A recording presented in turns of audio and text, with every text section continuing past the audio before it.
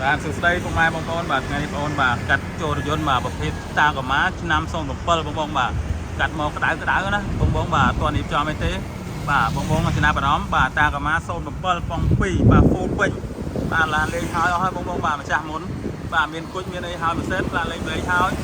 បាទដបផងយ៉ាងនេះហើយណាបងប្អូនបាទកំពាក់កាងក្រោយហើយទៀតបងប្អូនបាទ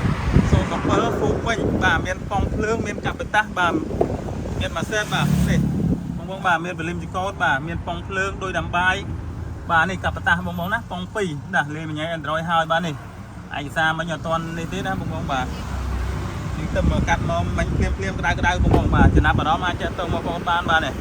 ផ្នែកសាក់ស៊ីវិញបាទនេះអត់ទាន់លាងតាប់ទេបាទនៅថ្មីក្រាប់បាទនៅបើក្រាប់ណាបងប្អូនបាទនេះនេះឧបភាពចាក់ដៃបាទយើងអត់ទាន់រៀបចំទេណាបងប្អូនបាទតាកម៉ាឆ្នាំ07ប៉ុង2បងប្អូនចាប់អារម្មណ៍អាចទៅមកបានបាទនេះផ្នែកសាក់ស៊ីបានក្រមអីបាទនៅខ្ចីញ៉ាញ់ណាបងប្អូនបាទអត់មានច្រេះអត់មានអីទេធានាឲ្យបាទឡាននេះលាងទឹកតែ2 3ថ្ងៃឯងបងប្អូនបាទបងប្អូនចំណាប់អារម្មណ៍អាចយកមកប្រើបានណាបងប្អូនបាទ07ប៉ុង2បាទប្រភេទឡានលេងហើយបាទអូតូកាប់តាស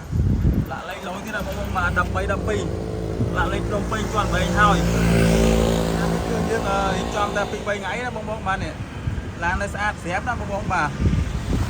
ឡាននៅស្អាតស្រាប់បាទទាំងក្នុងទាំងក្រៅឲ្យយើងសម្អាតលាងតែពុកបោកពុកលាងម៉ាស៊ីនប៉ូលីទេបងប្អូនណាបាទអាចយកទៅប្រើបានហើយបាទ07ប៉ុង2ប៉ុងភ្លើងបាទប្រភេទគូពេញបាទអូតូកាប់តាសនេះឡានស្អាតណាបងប្អូនបាទហើយយើងក៏មានបាទឆ្នាំ06នេះដែរបាទប៉ុង1ហើយក៏ប្រភេទទុនតារានេះបាទប៉ុង1ដែរណាបងប្អូន08ឡាននេះក៏យើងកំពុងរៀបចំមានដែរណាបងប្អូនបាទយើងនៅមានច្រើនទៀតបាទប្រភេទឡានផ្លាកលេខបាទអញ្ចឹងបងប្អូនដែលចំណាប់អារម្មណ៍បាទតាកម៉ា07បាទប៉ុង2ទៅកាត់ចូលក្តៅនេះបងប្អូនអាចមកមើលបានបាទអូតូកាបតាសប៉ុង2បាទឆ្នាំ07បាទនេះ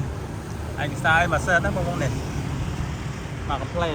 បាទឡាននេះយើងអត់មានហត់យកស្អីទេបងប្អូនបាទសុំពេលរៀបចំតែ2 3ថ្ងៃបងប្អូនអាចយកមក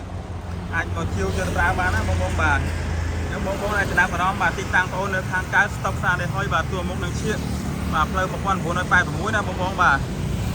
យើងមកពីស្តុកបាទមើលតាមដៃគឺឃើញឈៀកឡានណាបងប្អូនបាទនេះបងប្អូនគឺនៅខាងឆ្វេងដៃនេះបងប្អូនណាបាទនេះបាទគឺបងប្អូនចំណាប់អារម្មណ៍បាទតាកម៉ាបាទមានច្រើនប្រភេទបាទមានប៉ុង1មានប៉ុង2បាទអាចជួយមកមើលនៅក្រាមបងប្អូនបានណាបងប្អូនបាទសូមអរគុណបាទសូមជម្រាបលាបងប្អូន